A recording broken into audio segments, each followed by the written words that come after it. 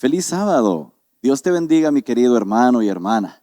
Aquí te damos la más cordial bienvenida a una cápsula más del Centro de Investigación White de la UNADECA.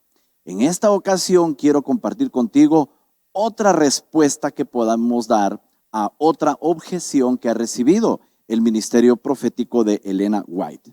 Fíjate esta importante pregunta, qué tremenda pregunta. ¿Hubo plagio en los escritos de Elena White? Parte 1. Elena G. de White tenía una biblioteca enorme, una biblioteca personal, más de 1000 libros.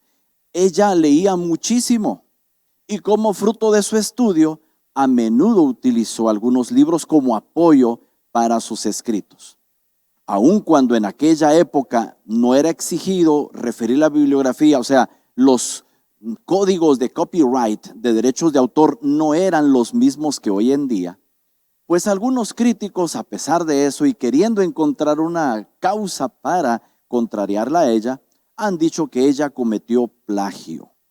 Explico qué es plagio. Plagio es esa actividad cuando un escritor, un investigador, toma textos enteros y los pone en su escrito, tratando de engañar al público y tratando de hacerlo pasar como suyos, como que ellos lo hubieran originado. Entonces hay gente que ha acusado así a Elena White, pero ¿realmente lo hizo? Mira, para comenzar, su hijo Willie dijo lo siguiente. Él explicó cómo su mamá usó algunos de los materiales históricos que encontró en otros libros. Explicó que muchas cosas fue dejada para que estudiara la Biblia, la historia y los escritos de hombres que habían presentado la vida de nuestro Señor. En otras palabras, no todo se le iba a revelar a Elena White. Así como a Lucas, el profeta Lucas, tuvo que investigar históricamente lo que le había pasado a Jesús y a la iglesia, así también a Elena White le tocó en algún momento investigar qué había pasado en la historia. Pero entonces esto no basta, lo que hemos dicho hasta el momento, a los críticos. Antes de fines del siglo pasado, el asunto se agudizó, de modo que la iglesia adventista pidió la asistencia legal para probar el caso de Elena White. El caso de ella quedó en manos del abogado Vincent Ramick.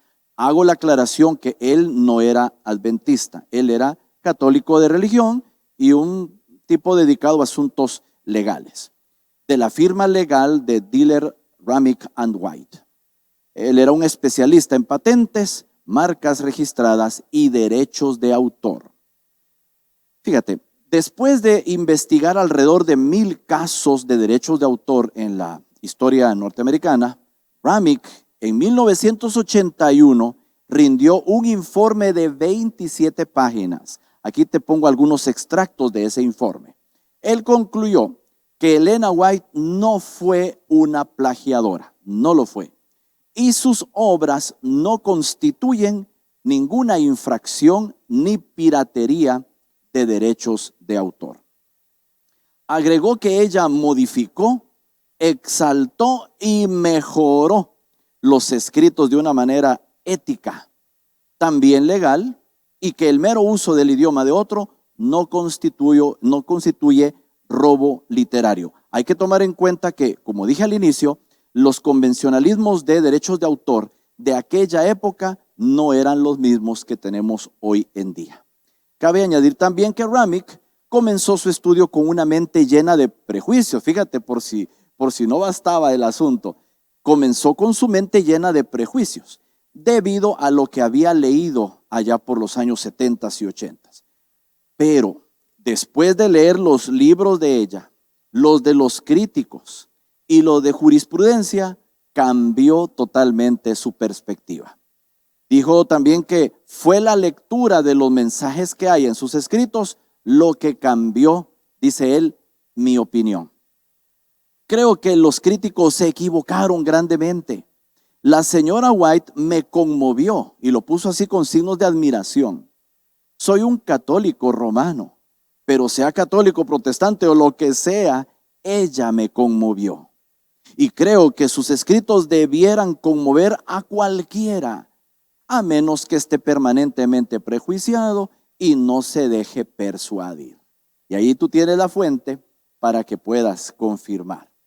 Bueno, mi hermano, hermana, esto continuará, no termina aquí, tenemos más información que ofrecerte. Por el momento, muchísimas gracias. Que el Señor te bendiga.